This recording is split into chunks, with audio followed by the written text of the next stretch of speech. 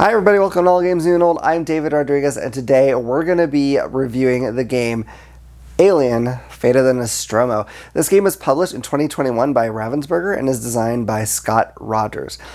Now, a lot of you probably are familiar with this theme already. You may have seen one or all of the many movies, but in case you aren't too familiar with it, I have a sci-fi expert who's going to tell us all that he can tell us about it. So I'm going to send it over to him. Take it away, Charles. Oh, yeah, hey, look, I'm not Charles. He was the original one. I'm Clone 16. They said if I could just like last a year, then I'll get my own name. So I'm excited about that. That's kind of weird. Sorry, Clone 16. Regardless of that, did you get a chance to look at the game? What do you think about it? Yeah, I did. I think he gave it to Clone 15 first, but it was there in my room when he. I don't really know what happened to him, but I definitely checked it out. It was so weird when I opened the box, like this thing jumped out. It was like lunged out of my face. It wouldn't let go for a day, man. It was pretty crazy, and okay, sorry, excuse me. Yeah. Oh man, okay. I got serious heartburn. So I'm you know what? I think I'm just gonna lay down right here for now. I'm sorry. I'll try to tell you about the game a little later. I just God, this is it really kind of hurts. I gotta lay down for a little bit.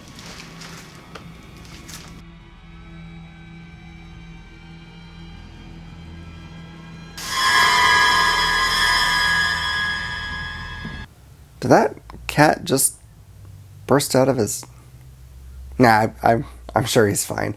All right. Well, while he rests, I'll tell you a little bit about the game's theme. So, Alien was a movie that came out in 1979, and amazingly enough, it has really stayed as a sort of pop culture icon ever since. There's been tons of movies after that. Aliens, Alien 3, Alien...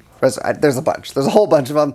Alien vs. Predator. There's been all kinds of crossovers, all kinds of comic books. I think there's even novels. I'm not sure. Video games galore.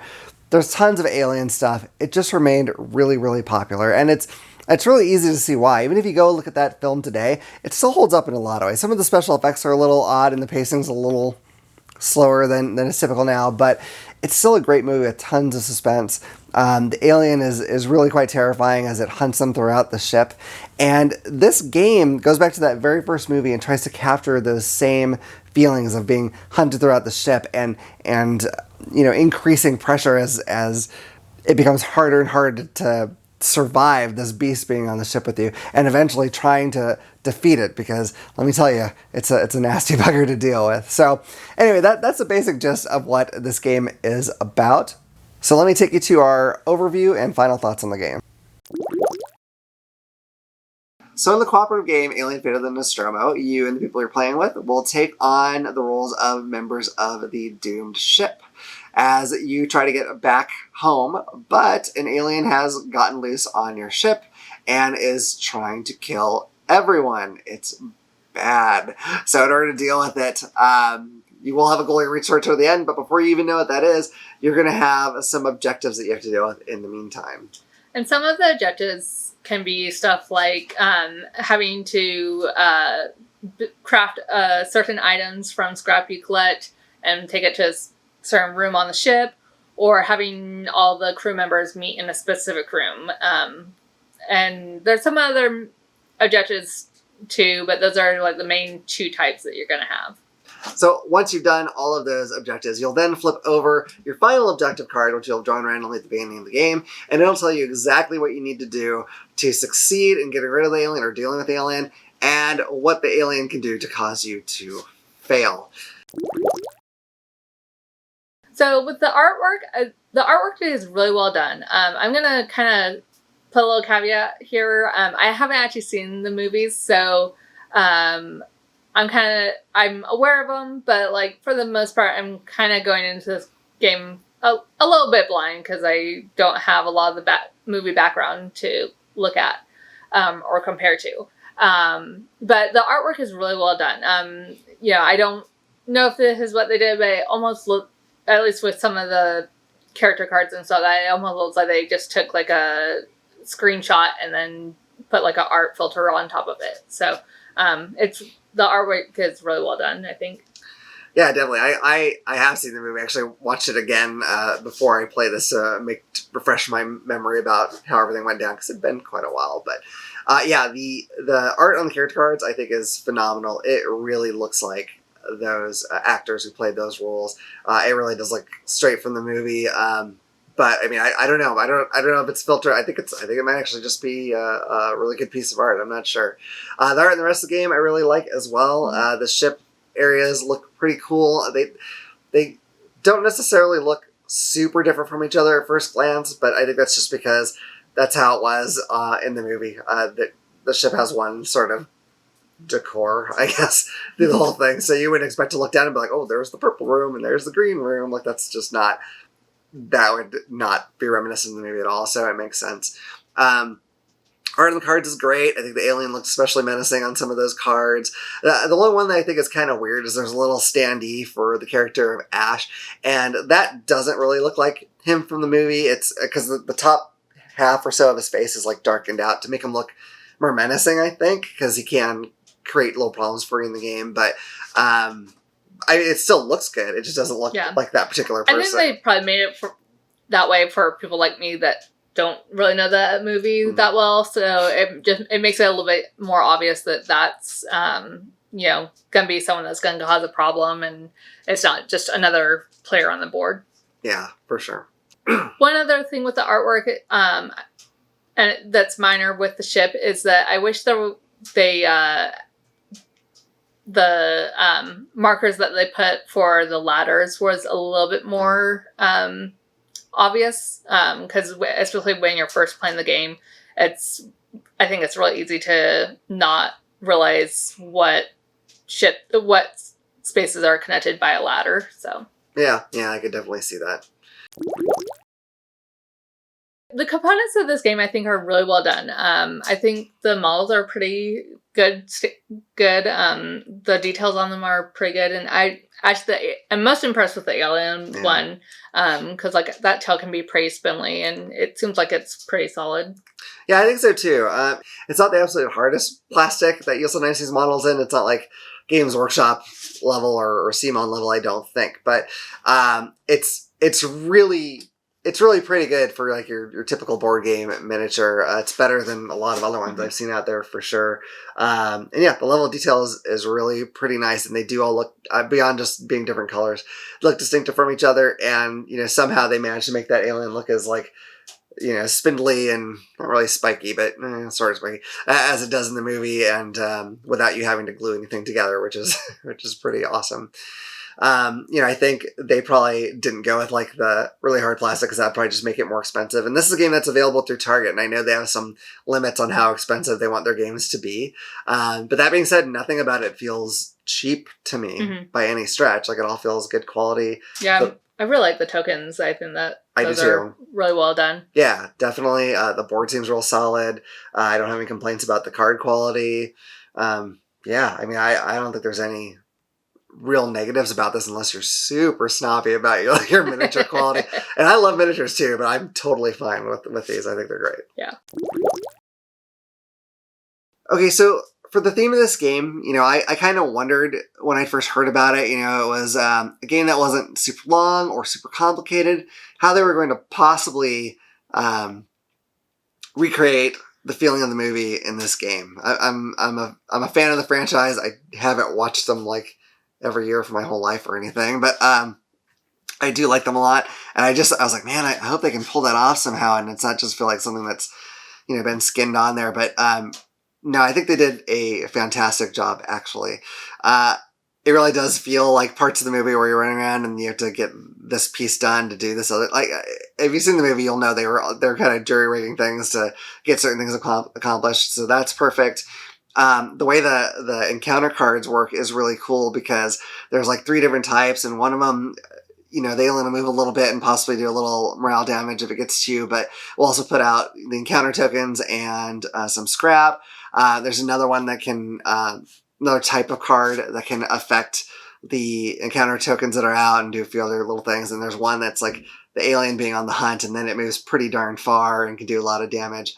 And as you go through the game, those ones that put the scrap out, they'll stay out of the game, but the other ones can keep getting reshuffled back into your encounter deck. So as time goes on, you're more likely to get a much faster alien, and you're getting fewer and fewer resources. So if you're relying on making things out of scrap to deal with the alien, you're not going to be able to do that forever. Not for sure, anyway.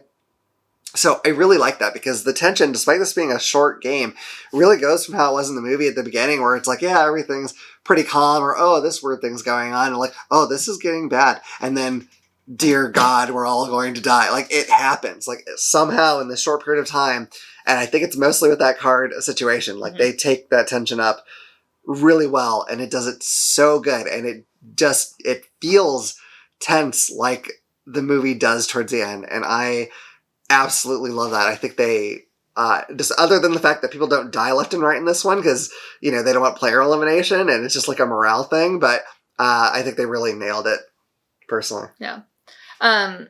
Like I said earlier, I'm not familiar with the movie, so I kind of had him take over the theme.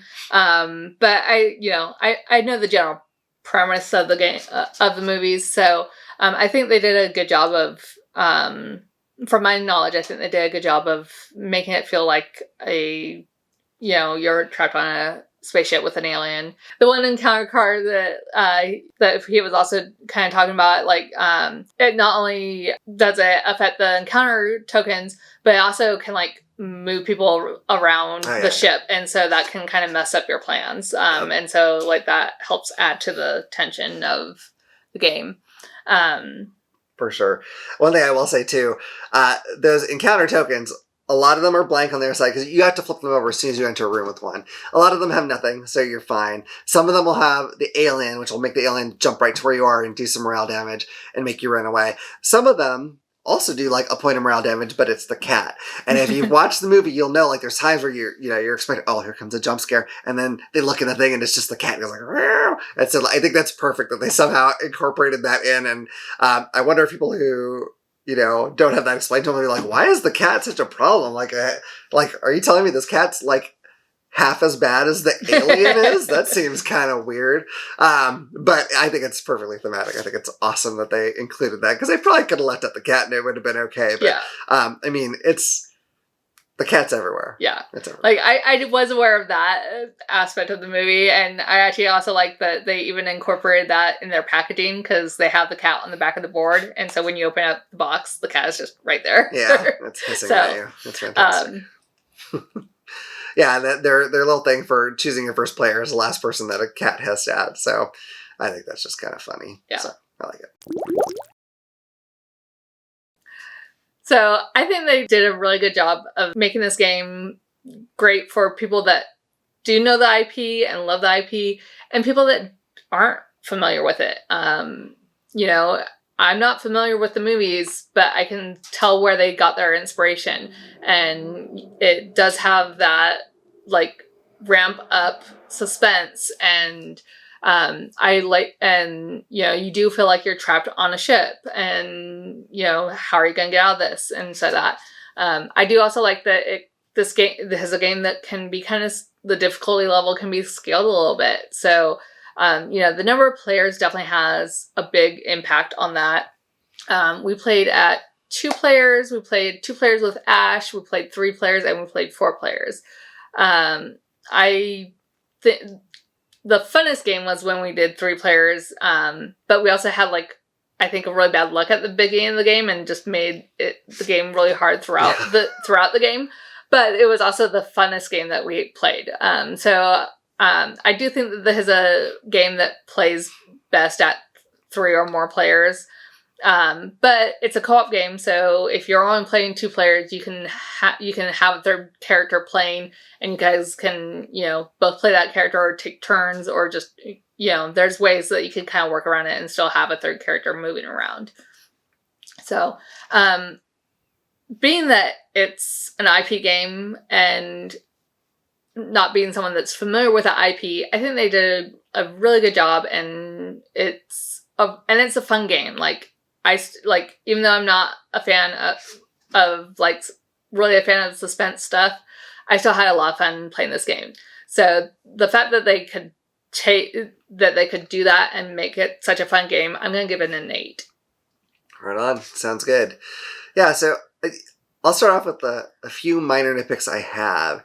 And one, it actually sort of isn't a nitpick. It's something that I really thought might be one. When I first played this game, I played solo and just with one character, and I was like, and I'd heard this game was challenging. I was like, this was super easy. Like, I think I lost maybe 1 or 2 morale the whole game, and I was like, I just avoid the alien. It's not hard. And I posted something on Twitter about, like, am I missing something? Is there possibly something I'm doing wrong?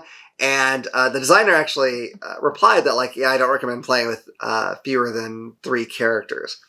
And usually in a game where you take on a certain character with their own unique power and that sort of thing, I don't usually like the idea of playing more than one character at a time. And I know a lot of people don't as well. But I think because this game isn't super, super complicated, it's actually not a big deal. Like when we played, we played with each of us having 2 characters, and I don't feel like it ever got confusing or overwhelming in any way. So if that's something that usually chases you off from a game, I'd recommend still giving it a go, even if you usually don't have multiple people to play with. It's really not too big a deal to play with multiple characters, I don't think. Yeah, the only thing that I can see maybe needing is some kind of tracker to keep track of which player's going at the time. So yeah, definitely use some kind of a first player marker thing. I don't believe the game comes with one, or at least we didn't use it. So the other thing that I would say is some of the objective cards, the ones that have you all meet in a certain place, either just to be there or to bring something. When you do have more characters, it can sometimes create a problem where, like, we had a game where we had 4 characters, 3 of them were where they needed to be. I think it was the last objective we had to succeed at. The other person was trying to get there, and every time that character got close, one of those cards would get back that send him to the medbay, or the alien would pop up and make him run away. And it's like everyone else is just sitting there because there's no point in them doing anything else. There was nowhere for them to go because they had to be there. If they left, it'd just make it harder on themselves. So they just had to wait like that. The turns for those characters just had to wait until that character could finally make their way to that spot. And, that's... I mean, it's not the end of the world, but it is, especially if you're playing in a group and everyone has to be like, well, I guess I'll just kind of skip my turn and just draw the bad stuff card because Ripley can't seem to get to the room we're in. So that could be kind of a little bit of a problem. I don't think that necessarily happen all the time, but it did happen to us, and it is kind of like, oh, that's kind of a bummer because you're just waiting. But other than that, I'm really glad that this game exists because I think it's a really great game. It's a very popular IP game. It's available in places like Target, so I think more people will stop and pick that up who maybe aren't even into hobby games. And then when they get it home, it's not so like crazy hard to learn that it's gonna turn them off from things. So this is the kind of game that I think can really bring new people into gaming, and that's something that I really love. I mean, it's one thing to have a game that doesn't have the IP attached that's also easy to get into, and those are great as well, but I still feel like someone has to have something to make them, take the plunge into trying it. And someone who watched Alien, I don't know, when did it come, like 35 years, more than 40 years ago? I don't know. It's been out a long time. Might see this and be like, oh, that's kind of cool. They made a game on that, and just pick it up just on a whim because it's not horrifically expensive either. And, a new gamer is born. Could be. And even if not, I think it's just great that a game like this exists because it is a lot of fun. Because of that, I'm going to give it an 8. I don't know if it is, it's not necessarily my very top co-op game, but I do think it creates a different feel than a lot of other games do. And I like the franchise enough that, like, there's definitely times where I was like, oh, I want to play an Alien thing. And this is a fantastic one because I don't have to have a bunch of Alien fans to be... to necessarily make that happen, like you hadn't watched the movies and you still enjoyed it. So I think it's great. So yeah, 8 for me as well. So that's pretty good. 2 8s. Very high scores. I think they knocked it out of the park. So I hope this video has been helpful for you in deciding whether or not this game is for you. If it has, please hit like and subscribe and click the little bell icon so you can know about the next time we put out a video. Otherwise, I look forward to seeing you all around the table again at All Games New and Old. Bye.